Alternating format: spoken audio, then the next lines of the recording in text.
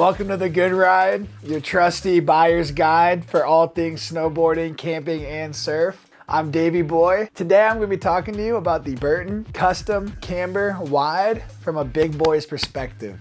I rode this with my Burton Ion boots, Union Force bindings, and Burton Cartel X EST bindings as well. I got this out in some powder, about a foot of snow, and I also got this out on some firm groomers and some end of the day powder where it was kind of tracked out, packed, soft mogul-y type of terrain. This board's actually been around longer than I've even been alive, so it is an honor to get on it. It's an honor to review it for all of you. For sizing, this is a 162 wide. I'm 6'4", 235 pounds. I got a size 12 boot. This was the perfect size for me. Edge to edge initiation. This thing was quick, easy to maneuver, easy to get on edge too. Normally boards that are this wide don't have the type of edge to edge quickness and engagement that you would want, but this one did. And the 162 length was a really good size for me. Good effective edge for carving and laying down turns. And it had a good size length for laying down the tail when you're landing jumps, but it didn't feel too clunky or too hard to maneuver. It's not a small feeling board though, and for a 62, I've definitely ridden a lot of other boards that are more nimble and feel smaller underfoot. For the shape, this board is directional. It's pretty set back, but it's not tapered. So the nose and the tail are gonna be the same width. And for the camber profile, this is full on, unapologetic camber. It doesn't look like there is even a touch of early rise. This thing is classic camber. If you grew up riding in the 90s like the Goodman Beastie, then this camber profile is an old friend of yours. Maybe an old friend that sent you to the ER a couple times. And the on snow feel, it's not the most aggressive in terms of the amount of speed that it gets. In terms of like laying into an edge and having the edge be locked into the snow, it is aggressive in that regard. This thing is absolutely locked and aggressive. It is pretty hard to skid a turn. So for that, we would say this is advanced to expert riders only. And this thing tracks into a jump well. It is poppy, and you feel that camber when you flex the board to pop into an ollie or when it's flexing out of a turn. So for the flex here, see this thing's medium stiff. Not the most playful board, but it's also not the stiffest either. It's pretty right down the line. The nose and the tail's stiffer than the nose. That medium flex definitely plays into the pop that you have for this board. It's not the hardest to engage, but when you do engage it, it definitely springs you out. This board's a confident jumper. It is definitely springy. This thing's pretty easy to butter. If you're a better butterer than I am, I think you have no problem getting down on this. Spread that butter on some toast. And for ollies, this thing's good. That camber profile definitely gives it that just locked in, stable feel when you're popping an ollie. For speed, it's not bad. It's not the hardest charger, but it's not slow at all.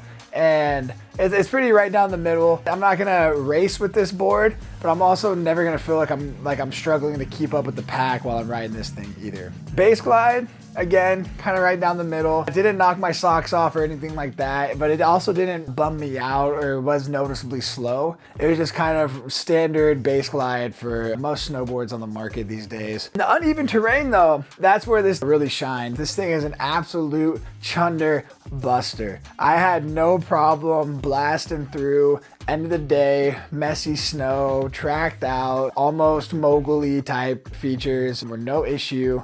And the nose was not very chattery at all. It absorbed the chatter and the impact. That was almost where I thought this board shined the most, which is how comfortable it was just charging over messy, uneven snow. Let's talk about edge hold. I would probably rank this 3 out of 5. There's no disruption in the side cut going on, so you're not gonna get any special grip tech or any of that type of things going on. Definitely not an icy snow specialist. This thing can still lay some carves though. I don't know. It's hard to say because I don't want to say it's not for the East Coasters because I know everyone in Vermont's gonna want to kick my ass for saying that. But you know, I think you could get something better for the ice. And good groomers and softer snow, exceptional edge hold, no issues there. It's only when you get onto that harder snow, surprise patches of ice, that this thing will let go and you can slide out on your ass. I'll leave my butt crack comments out of it. For the turn initiation, this thing turns exactly how you'd expect a full camber board to turn. It's locked in, it's aggressive, and it's a pretty hard charger. You can back foot weight or front foot weight this board pretty equally. I thought this board actually had a pretty versatile turning experience. And for carving, it's not gonna be a super hard carver, but this aggressive camber profile lays in on the edge. You can roll from one edge to the other pretty easily, and you have no problem laying down consistent carves down a run. I like this board in powder for something that's not super set back, pretty centered, very camber dominant. This thing still floated pretty well, and I was surprised. You know, normally I look at a board with this type of camber profile and shape and lack of taper in the tail, and I'm just gonna pass on this thing of powder, but I actually like this one. I had a good time. Definitely not a real deep powder specialist, but if you're riding a foot, 8 inches, something where you're not gonna be bottomless, this is definitely a viable option for that. Switch, this board's gonna ride switch well. There's no taper in the tail, so you're gonna get a consistent edge if you're switch or regular, heel or toe. It'll feel good either way. It'll have a consistent feel for you. So you'll be able to carve and land switch very easily.